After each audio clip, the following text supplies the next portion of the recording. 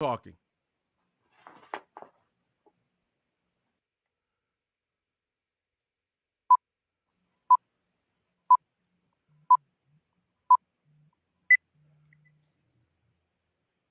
Three major league teams canceled their games Monday following the unfortunate police killing of Dante Wright. We talk about it here on Fourth and Just Us. Also, the 2021 NFL Draft, athleticism or intelligence? Does the stereotype for black quarterbacks still exist? And in the HBCU world, we saw Eddie George become the head coach for Tennessee State. Well, have HBCUs got it right? We discuss all that and more right here on Fourth and Just Us.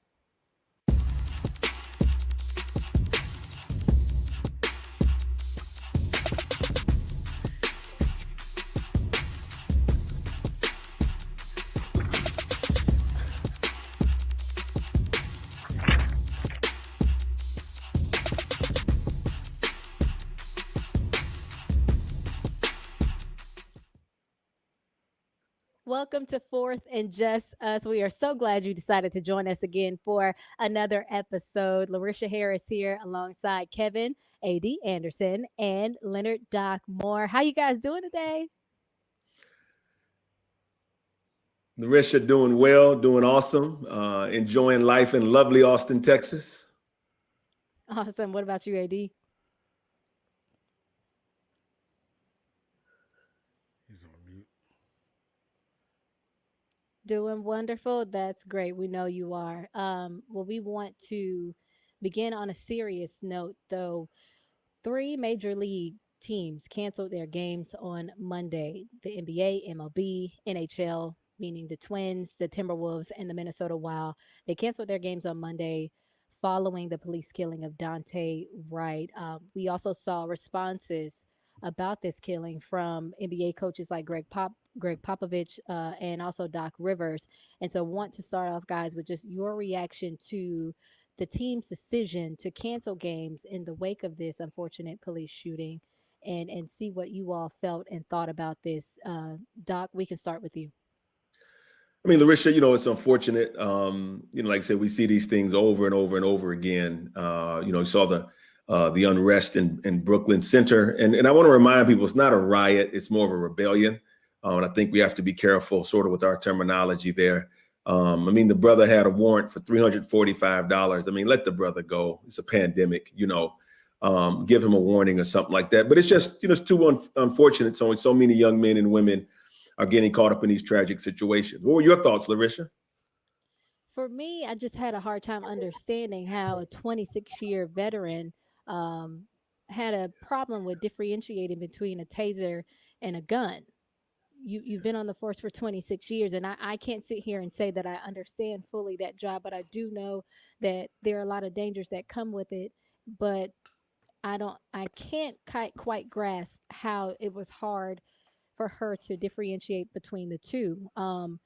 Honestly, when I heard about it and saw everything that took place, I was tired of seeing the same thing happen over and over and over again. And you feel the frustration and you see the frustration from others, who look just like us within the black community. We're tired of seeing situations like this. And it was just very hard and hurtful, seeing all of this on Sunday and then hearing it again on Monday and getting the reactions of everyone who had now learned about this news. So for me, I know it's very frustrating, and we just want to see change. And I think the next question is, what does this say about police training?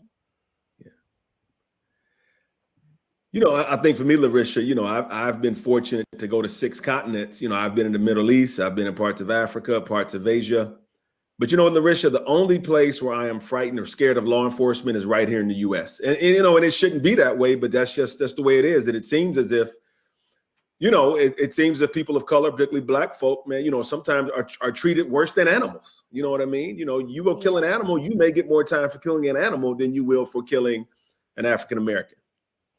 I think we still have a long way to go as it pertains to the connection between the community and the police as well. But my heart goes out to that family. But I do have a question for you, Doc.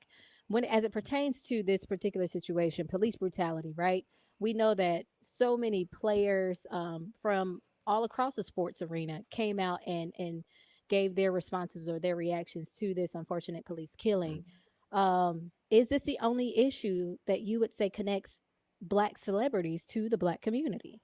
I would say not only black celebrities, Larisha, but also the black elite. I mean, police brutality is the only thing that your money can't buy, can't protect you from. You know, if I got money, I Mm-hmm. can go to a gated community.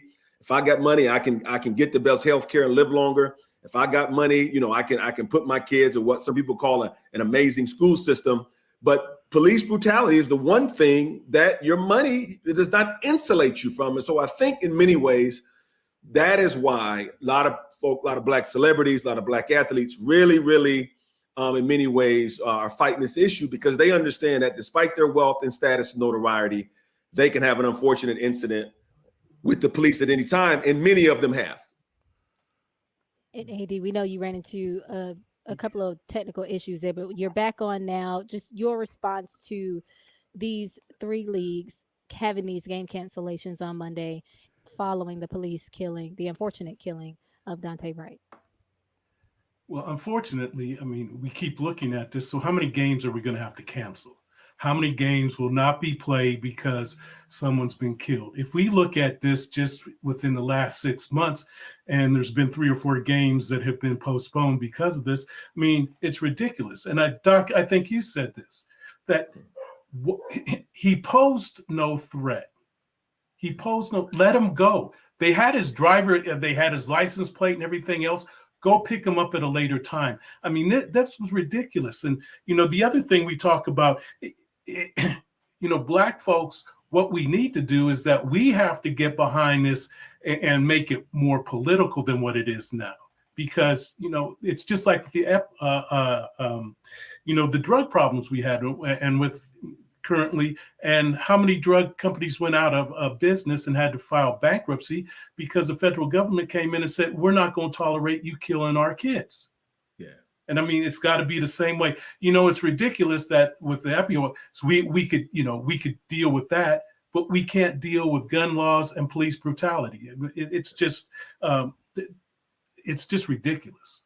I want to give you some facts now. Kim Porter, the officer who is charged with killing Dante Wright, she again was charged with second-degree manslaughter. She was arrested early Wednesday morning. She resigned as well as a Brooklyn Center police officer earlier this week, and also the police chief Tom Gannon decided to also resign. But again, our hearts go out to the family of Dante Wright. He is a 20-year-old father, and we know that his family will miss him very, very much. Moving on to the 2021 NFL Draft, athleticism or intelligence. Does the black stereotype for the quarterback still exist? We've seen a lot of absurd takes on Justin Fields. And it seems as if he's the only quarterback in this 2021 draft to have received this criticism. First, it started off with his work ethic being questioned. Then someone openly wondered if he could throw past his first read. And as of recently, his mechanics might be messed up a little. So some would argue that the concentration has been more so on his athleticism and not necessarily on his IQ or his intellect. From your standpoint, AD, does the stereotype for the black quarterback still exist? Intellect correlates with winning. Justin Fields, I think he won 10 games against top 20 teams. He shows that he understands the game. He's been able to put his players in a position to win, and he's done that. It's mind-boggling that Zach Wilson from BYU is projected to go higher than he is. I mean, they really haven't played anybody. And, it's just a matter of this is in the past, and that, more people are seeing that they want to put people on the field to win. So doesn't matter stereotypes or not. Owners want to win.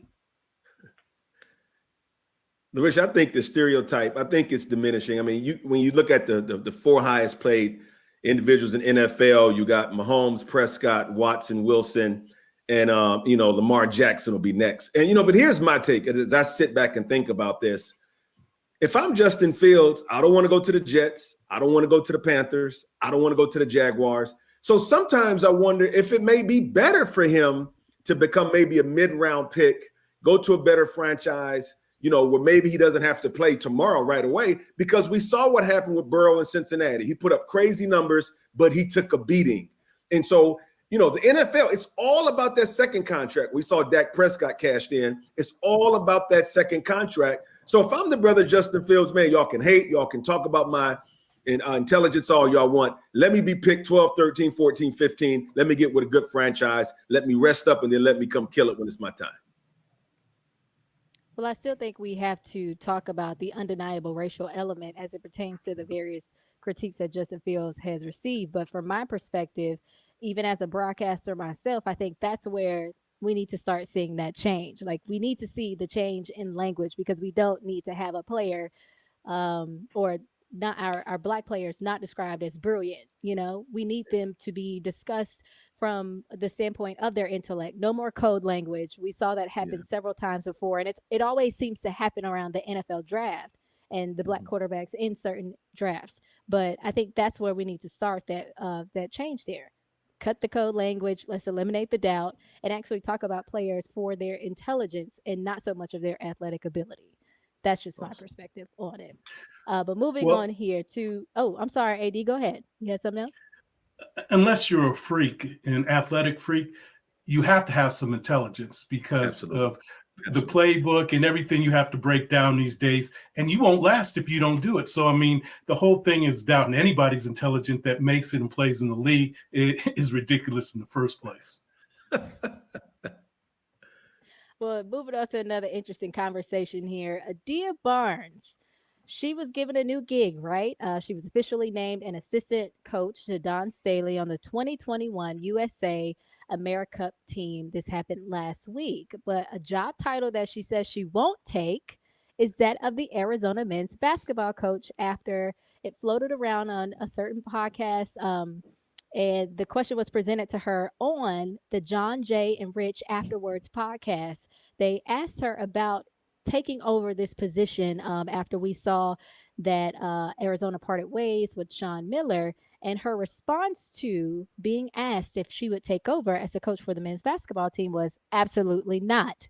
Zero interest. Guys don't listen to crap. No, you tell a guy to go right, he's going left 3 times. No, they don't listen.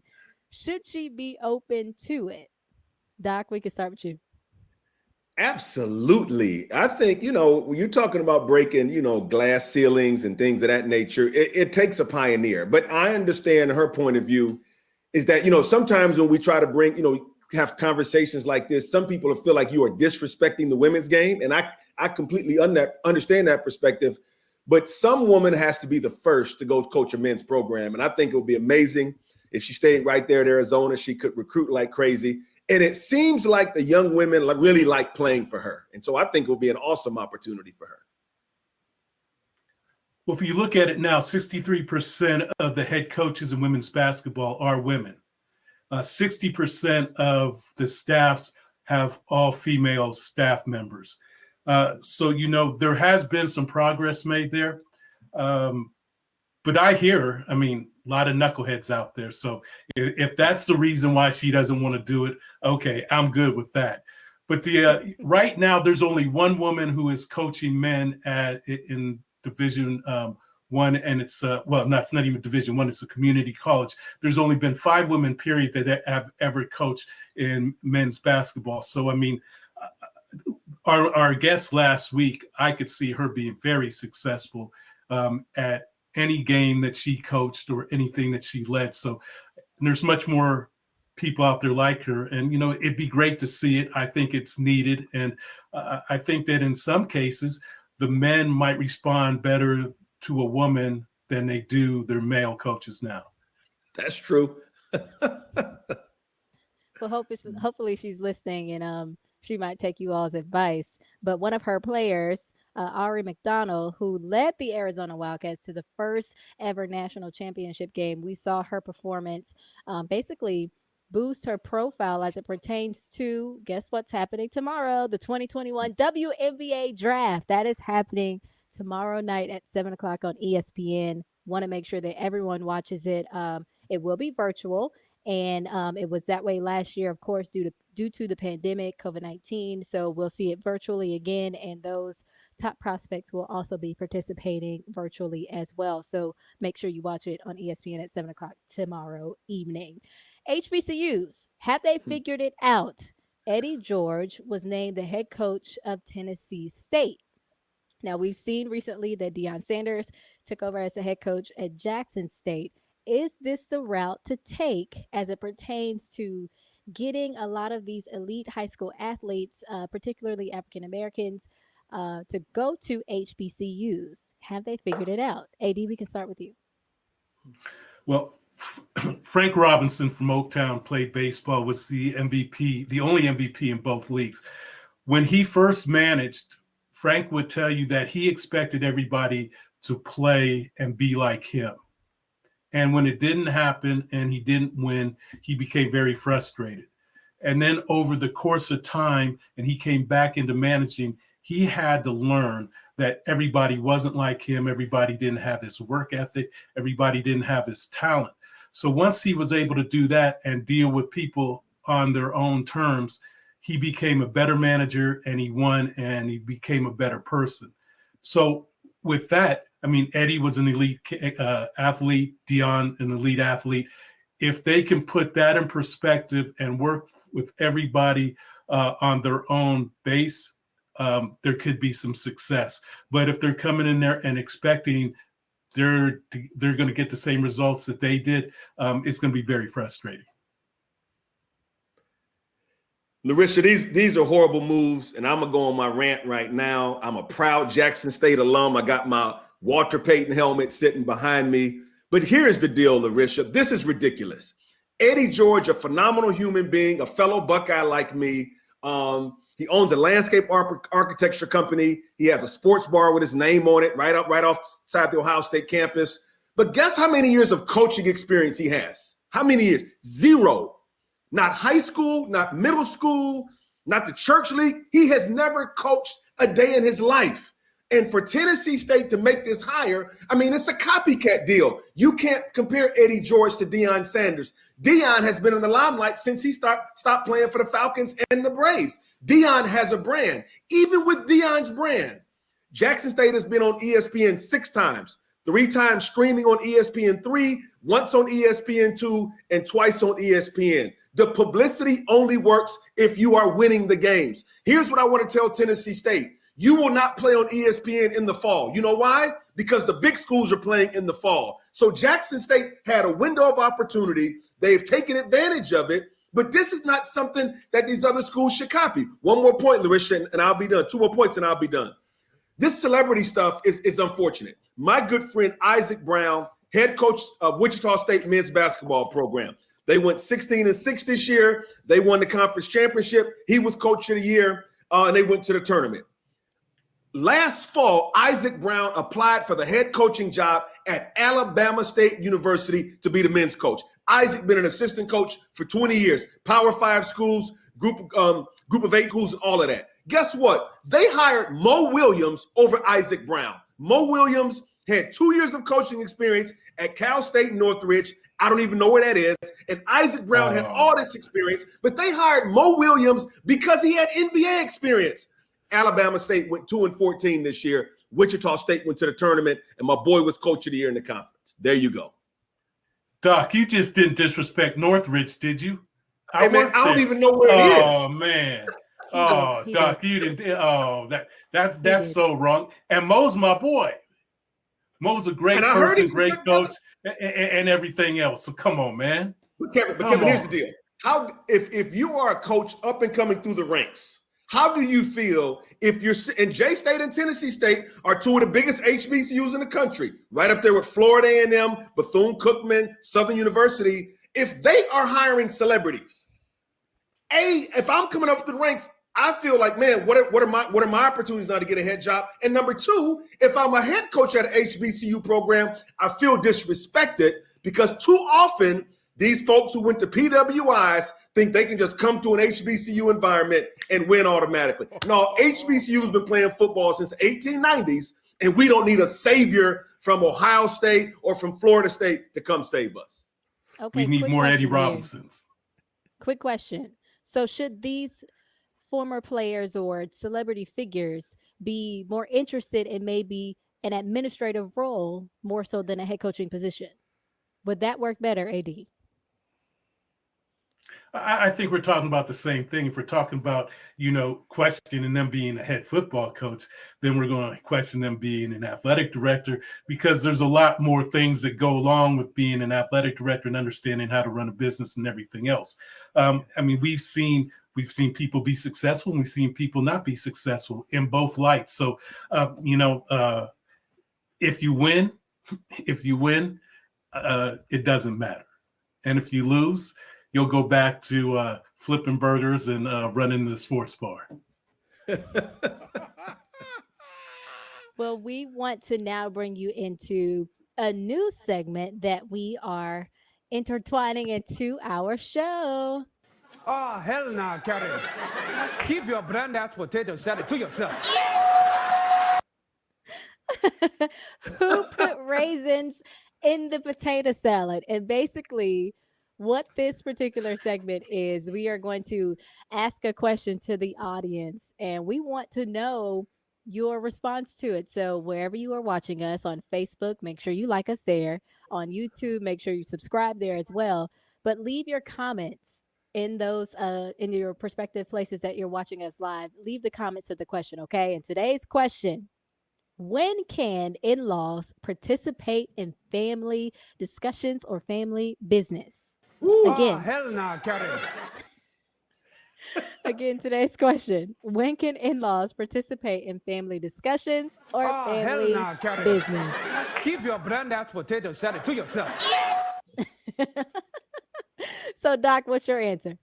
I don't know. I've been in the game 20 years, and all my in-laws are in LA, a bunch of folk all the way from Compton to Inglewood to South Central, even in the hills. But, when they start getting in that family business, Larisha, it's time for me to get in the car and go to the store, and sometimes I tell the other in-laws, hey, let's roll, because, you'll get your feelings hurt. We have a more family listserv with about 70 of us on there.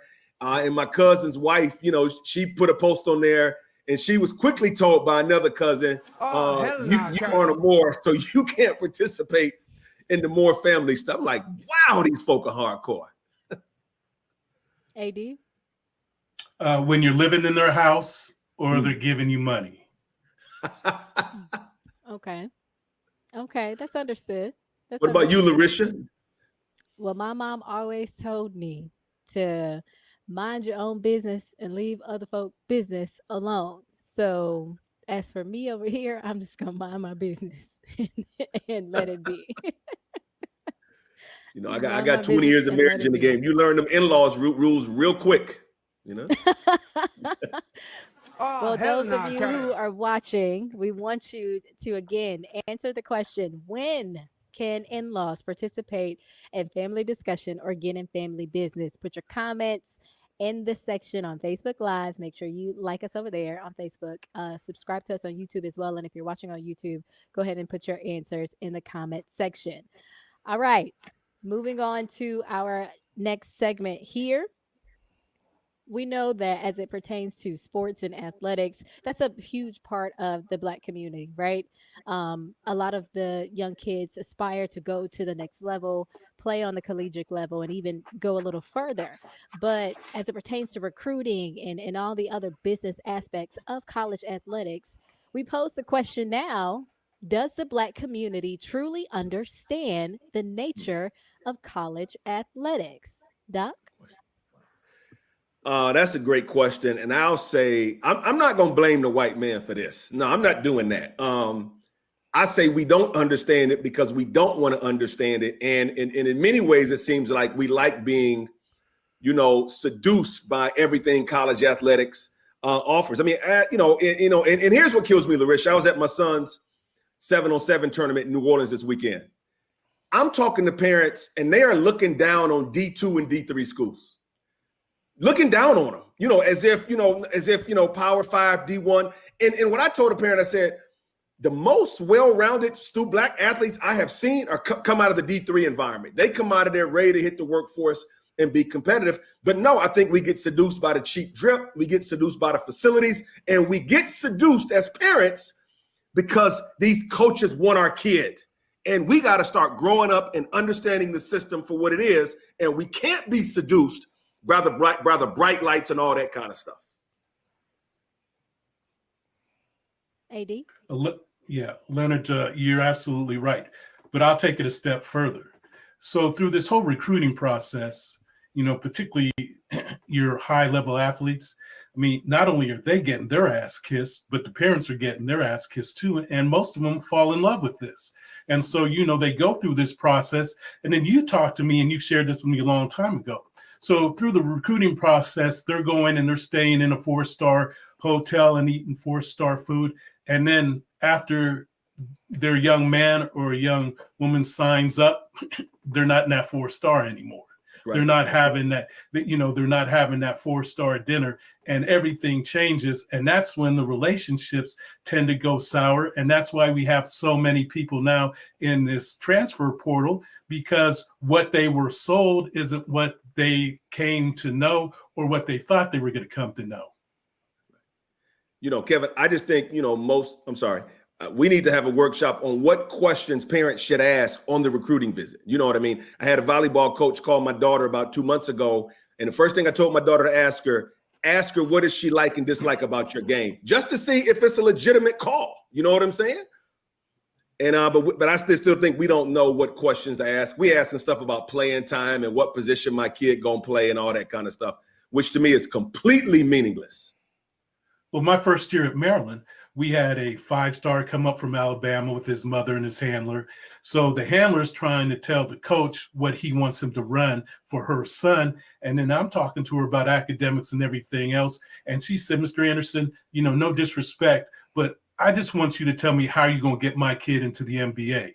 Well, to tell you now, he went to another school, and I haven't, or nobody's heard from him in a very long time, which is sad. He was a great kid, but I mean, they were all caught up on, how is he going to get to the league and how is he going to help me in my life? Yeah. So what about the parents who just truly don't know the right questions to ask? Are you saying that they are choosing not to want to learn this information, or are they just intimidated? I think that it's more with some parents, it's intimidation.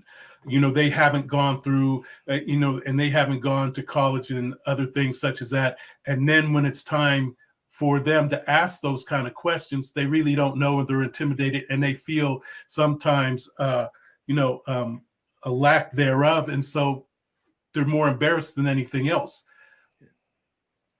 But I also think, Larissa, right, but I also think there's some intimidation and fear there that if I ask the wrong question, will they pull my son's scholarship? They can pull the scholarship anyway. You know what I mean? And so, but we just got to do a much better job of educating parents about the business of college. Parent, you should know whether or not your child is on an athletic scholarship or not. If it's a partial, you should know what percentage it is. But we got too many parents that are completely in the dark about the business of college athletics. So how should we push parents past that intimidation perspective, or the perspective of just not caring? Doc? Well, I mean, to me, and I tell parents all the time, if you're on a recruiting visit, there's one person you could talk to, you'll see on that recruiting visit at some point, who can give you some straight up advice. When I did a lot of recruiting at Texas, I would pull Black parents to the side and I say, hey, let me tell you how this thing operates, and let me tell you how your son or daughter can really maximize this experience. But sometimes, to Kevin's point, they didn't want it. They really weren't interested in that, and maybe just because it was so foreign to them. Well, I think the answer is to our guest, being able to do the research on what Luke's organization's doing and everything else. That's part of the answer. So I hope I didn't ruin the introduction, but I just think that is part of our answer, and it needs to happen. No, I'm glad you mentioned Luke, because he is our guest. Luke is the co-executive director of the College Basketball Parents Association. Welcome to Fourth and Just Us. Hey, thank you so much for having me. I tell you, I've been listening to the conversation like, oh, I want to get on that question. Oh, I want to get in on that question. I mean, Doc, you can't say that Eddie George ain't even coach a church league football game, man. Come on. I mean, come on, man. We gotta have some minimum. We gotta have some minimum requirements. Listen, man. At the end of the day, when's the last time we had a conversation about Tennessee State University football at the national level? Man, we can't. The HBCU has thrived, Luke. We have thrived because we stay away from gimmicks. We have thrived over schools established 1880s, 1890s. We're not trying to be like nobody else. We understand what our mission is, right? And when we deviate from that, I think we lose our uniqueness. Sorry about that, y'all. I can't wait. Well, we're going to have a whole other conversation on this. Hey, Doc, I've been to a dozen HBCU games, and a lot of people leave after halftime. Okay. Why? Okay. Why is that? Do. That's the culture. No, that's the band. The folks are coming there to see the band more so than the football team. In some cases. I'm not going to say that doesn't happen, AD, but I can tell you that there are a lot of HBCUs where people don't leave after halftime. Alcorn State is one of those schools. If you have not been to a football experience down there, then I highly recommend that you go, because those people support. Also Southern. There are a lot of good teams that people actually stay around, and they don't leave after halftime. But I'm glad that we have you on now, Luke. You definitely put us to a different conversation there. But we want to know all about the College Basketball Parents Association. So what is the purpose of your organization? Yeah, absolutely. So the whole purpose, the whole focus of the CBPA, College Basketball Parents Association, is to really create a community of parents. If you think about the stakeholder groups in college sports and in college basketball in particular, kind of who do you have? You've got the schools, right? The individual schools and their athletic directors, their coaching staff, etc. You've got the NCAA as its, association. You've got the NABC, National Association of Basketball Coaches. You got the WBCA, Women's Basketball Coaches Association, right? So you got all of these stakeholder groups that can bring together other professionals within that particular area. But what about the parents, right? There hasn't been anything that has really brought the parents together in a sense of community. And you all hit on it, right? You talked about the recruiting aspect and talked about the questions and things along those lines and how you're getting, flown places and dinners and all this kind of stuff. But when their son or daughter ends up on campus at that school, the focus is on that son or daughter. It's not really on the parents anymore. And your broader question, right, about the nature of college sports and college athletics, and our community in particular, understanding the nature of college athletics, I think it comes back to exactly what Doc was saying. It comes back to the business and understanding the business. So once, a young man, young woman ends up on the team and they're on campus at that school, that's the school's focus. And the parents now are left trying to figure everything else out. And so there hasn't been this community that's brought these parents together. And so when you think about college sports and all the changes that are coming, you guys mentioned earlier, talking about the transfer portal, talking about the idea of name, image, and likeness, talking about all of these changes, sports gambling. I mean, there's a lot of change coming to college sports, and parents can't be left behind in being educated on what's affecting their sons or daughters. So, Luke, what was the reception, man, when you all launched this organization? With you, team of people. So how did you all decide to launch, and what was that process like? Yeah, so a good friend and colleague of mine named Courtney Scott, he runs Content Incubator, an organization out of Atlanta, and they focus on working with families of elite basketball players as they transition into the pros. And so we had done a lot of different speaking engagements together. I'd come in to speak about name, image, and likeness. We got to know each other. And what we realized in talking was that parents have so many questions. And for basketball, it's a bit unique because with football, you have a minimum amount of time on campus, 3 years or more. In basketball, you could be a one and done. And so there's some different challenges that come with being a parent of a college basketball player, and things happen so fast. So because we had all these questions, we started floating the idea of what if we could bring families together, and not just families of elite college basketball players, but families, parents of players at all levels, men's and women's. So D1, D2, D3, across the board, men's and women's. And so how can we bring these, families together, these parents together in a sense of creating a community so that they can work together, that they can learn from each other, and that we could then bring in resources to be able to help prepare them for what's happening in college sports. So the reception that we got from parents has been phenomenal.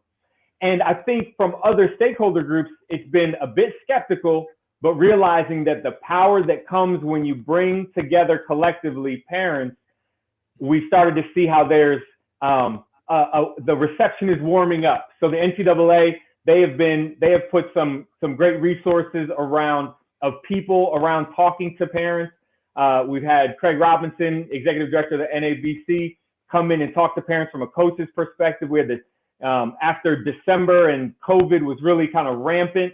We had the chief medical officer for the NCAA come along with Dr. Jim Borchers, who was part of the Big Ten's, back to play staff team, for that. So we've been able to put together some great educational opportunities for parents just for being members. Membership is free. I got to put that plug in, thecbpa.org. Parents, if you're listening, check it out. It really is just about providing resources and a community for parents.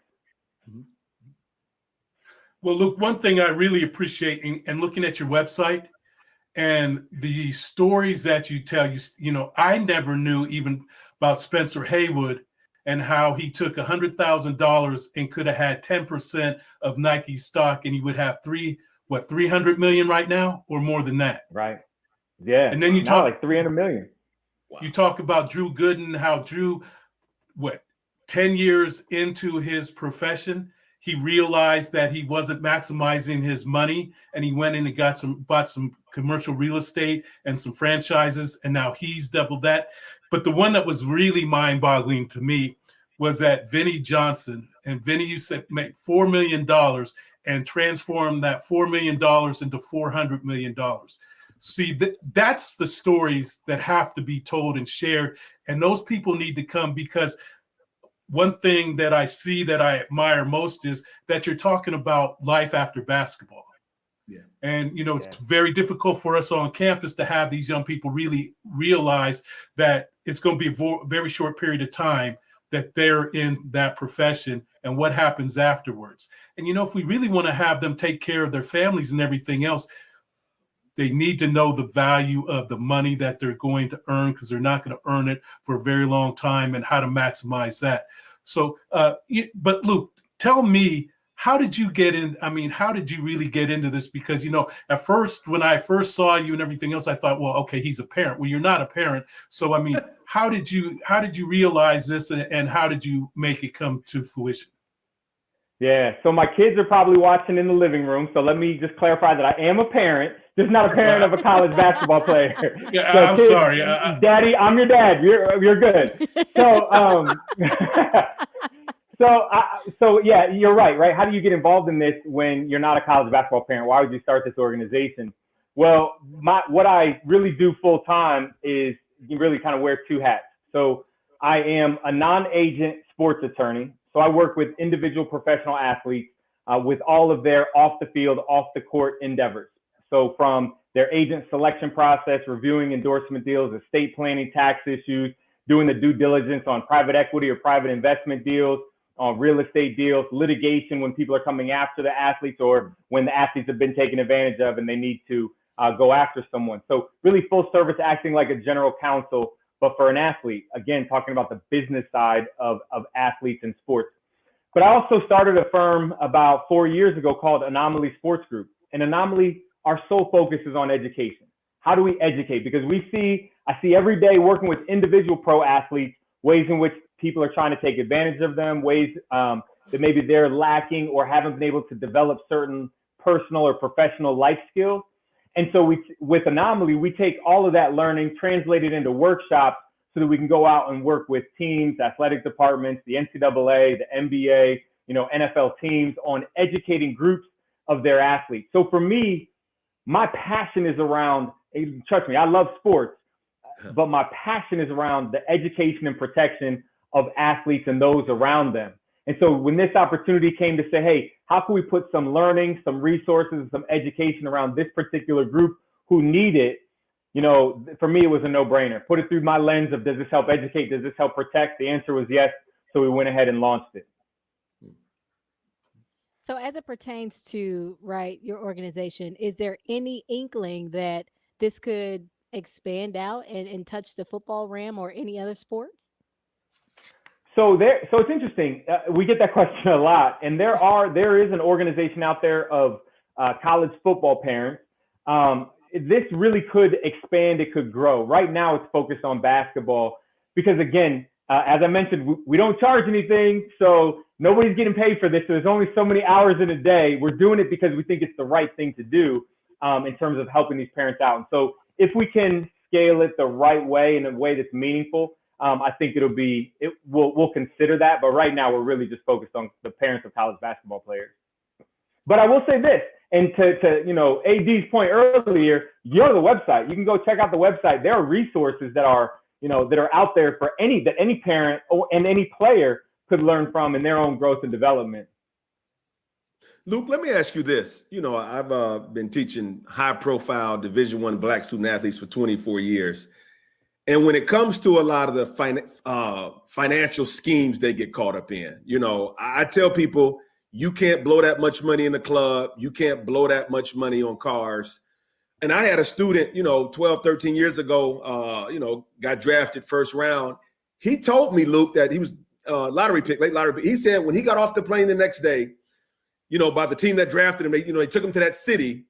Luke, he said on the airplane, on the owner's plane, it was a financial planner, it was a realtor, and it was like 5 or 6 people. And he said the implicit, what he saw was basically that there was this assumption that he would spend all his money with everybody on that plane. And he said, he was like, Doc, man, as a 19-year-old, you just so intimidated.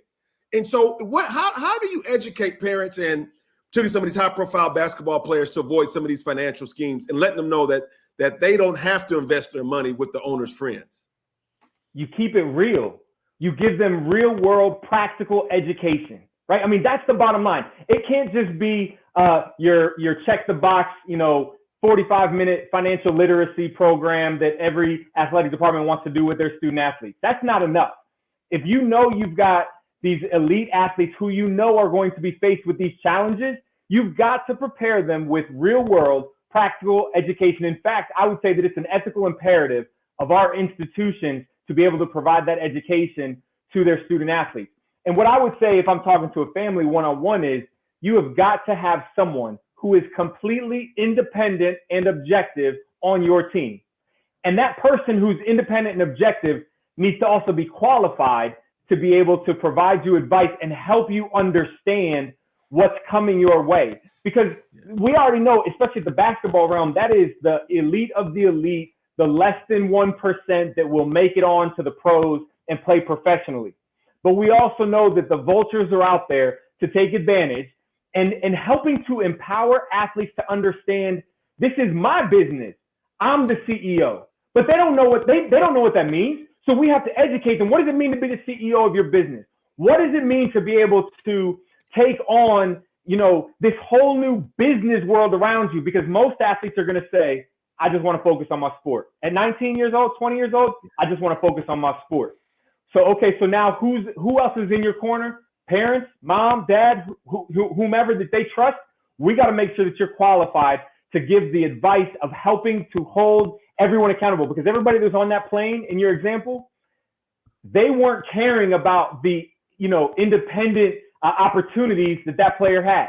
They looked at, This is an opportunity for us to make money off this player. He's going to be a lottery pick. Great. We're good. I'm going to pause after I say one more thing. Think about name, image, and likeness. So now we're talking about college student athletes. So what you just talked about at that pro level, you're going to have college athletes dealing with the same challenges of people looking at them to make money off of them, to take advantage of them for their own gain and benefit. That idea of real world practical education and independent and objective counsel is critical. Yeah. Thanks, Luke. Hey, Luke, it's not even those people that will take advantage of these young people. It's what they don't know. So now Yeah. with NIL, I mean, you're looking at taxation, you're looking at all these things that are going to have a huge impact. And if they don't have the right people with the right knowledge, then, I mean, not only are they going to have issues, but the university is going to have issues too, because it's going to come back on them. So talk to us a little bit about that, and how do you foresee that, and how do your parents that you're working with, how do they get involved, and how do they educate those parents that have no clue? Yeah, so parents want to learn, right? Because they want to figure out, how am I going to help my son or daughter develop their brand, commercialize their brand, and ultimately monetize their brand, right? I mean, that's really what parents want to understand. And athletes want to understand it too, but they only want to understand the monetization part, right? They really want to know, what do I have to do so that I can get paid? But the bottom line is, there has to be this education across the board of the business side of name, image, and likeness. And we know, and it was kind of came up a little bit tangentially earlier, but Black people set trends, right? We set culture. And so we know that our Black student athletes are going to have opportunities in social media influencing and beyond. And we have to figure out how we can best prepare them for that. So through Anomaly, shameless plug coming, through Anomaly, we work on focusing on how do we educate groups of athletes. And so we talk with schools and their athletic departments about the real world practical education that's needed for name, image, and likeness. We've partnered with a company called Team Ultimates out of Philly. They focus on financial literacy and education. And we've put together a whole curriculum around name, image, and likeness and the business side of it. Because this is not just going to be for the elite of the elite athletes. This is going to be for anyone who has an engaged social media following, anyone who has the idea of a for-profit or nonprofit entrepreneurial entity or an engagement, people who want to go back and coach, tutor, train high school student athletes from where they're from. They might be the first person that got a D1 scholarship out of their hometown. And so now they're going back and trying to coach others. So let's use this opportunity. Think about in the academic environment of most institutions. You could go through a course catalog and find classes on digital storytelling, social media influencing or marketing, on entrepreneurial finance. Let's start putting that stuff together in a way that can be made real for student athletes. So now they're getting the academic baseline for this education, and bring in outside experts who deal with it every day. I always ask student athletes when I start talking to them, I say, show of hands, who here has seen an endorsement deal or a marketing deal, a sports endorsement deal? No one raises their hand because they haven't seen them.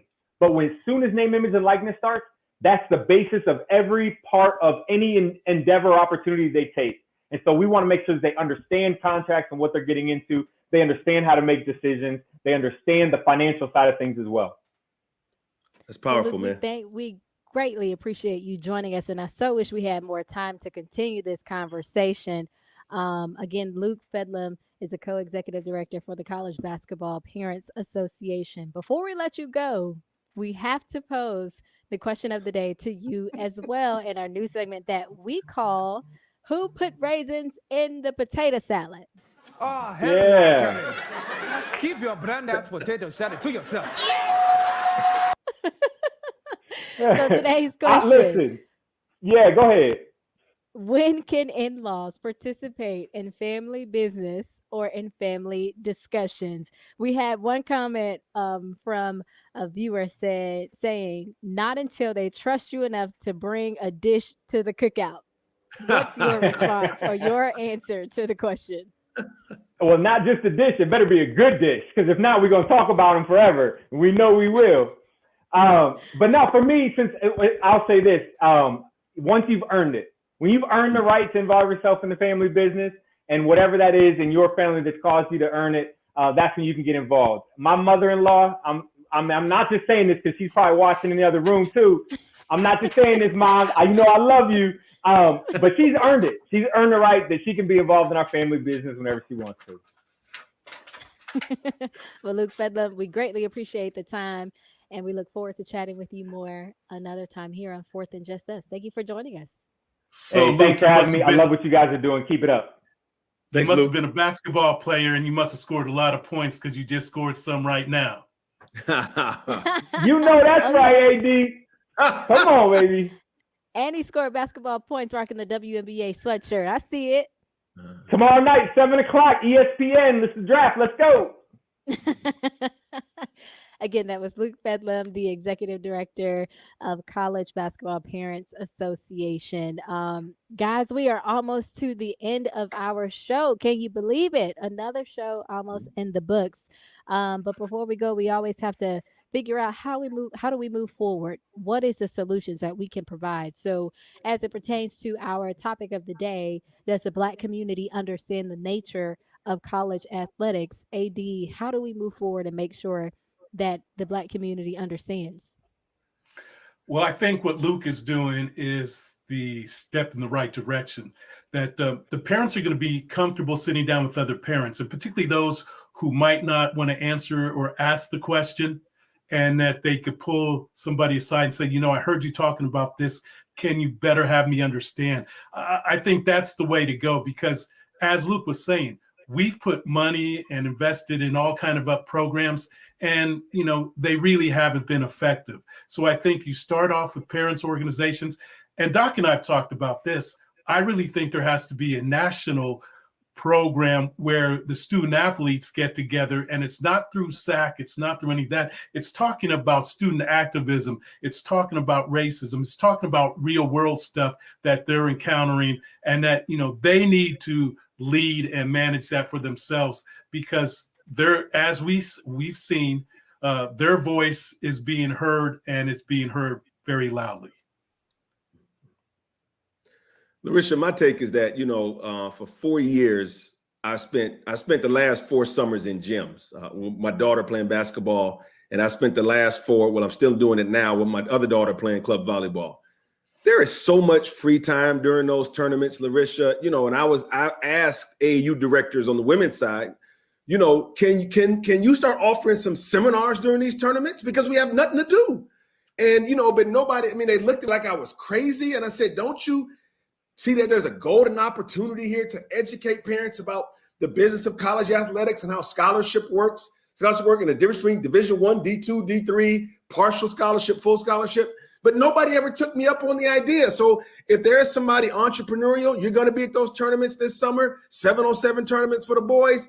By all means, just, say we're going to have a workshop at 1 o'clock today, and y'all going to meet me in this side of the convention center, and we just going to talk. I think it's a great opportunity for someone who has that knowledge base. And it's also, I think the parents would eat it up. So that'll be my solution, taking advantage of these tournaments that our kids participate in during their middle school and high school years. And AD, what will be your final thoughts as we prepare to say goodbye right here on 4th and Just Us? Your final thoughts. 2, rest in peace, DMX. But shout out to Paterson, New Jersey, and there are going to refurbish the Hincliffe Stadium, which there's only 2 Black Negro stadiums in the country that are now still there that play baseball. The New York Black Yankees and the New York Cubans played in that. And so they're going to spend about $90 million and refurbish it, and hats off to them. That is amazing. That's absolutely amazing. Doc, your final thoughts. So today I have on a brown bomber sweatshirt. I told myself I'm going to try to wear something every day that speaks to our history, that the historic side of the African-American athlete. This was a baseball team based in New Orleans during World War II. It was a military baseball team. And I want to thank Ebbetsfield Flannels. They've been keeping the tradition alive of a lot of Negro League stuff, a lot of historic Black athletic memorabilia. And this just came in the mail this morning. So it was right on time. Thanks, Larisha. Awesome. And we want to remind again, everyone, tomorrow evening, the 2021 WNBA draft takes place on ESPN at 7 o'clock. We saw Luke Fedlam rocking the sweatshirt. And so I would just pose and ask the audience to make sure you tune into that tomorrow, 7 o'clock. It will be virtual, and we will see some of the top prospects also participating virtually. I enjoyed the virtual draft because it happened that way last year, and I'm excited to watch it again and to see where some of the top prospects land, including Ari McDonald, who made her rise and her presence felt even more and known even more after the NCAA women's basketball tournament. So again, make sure you tune into that tomorrow evening, 7 o'clock on ESPN. Again, we appreciate you all who are watching us on Facebook Live. on YouTube. We ask that you like and subscribe to our various channels, and we hope to see you back again joining us right here on Fourth and Just Us. Have a good night, everyone. Peace. Good night, everybody.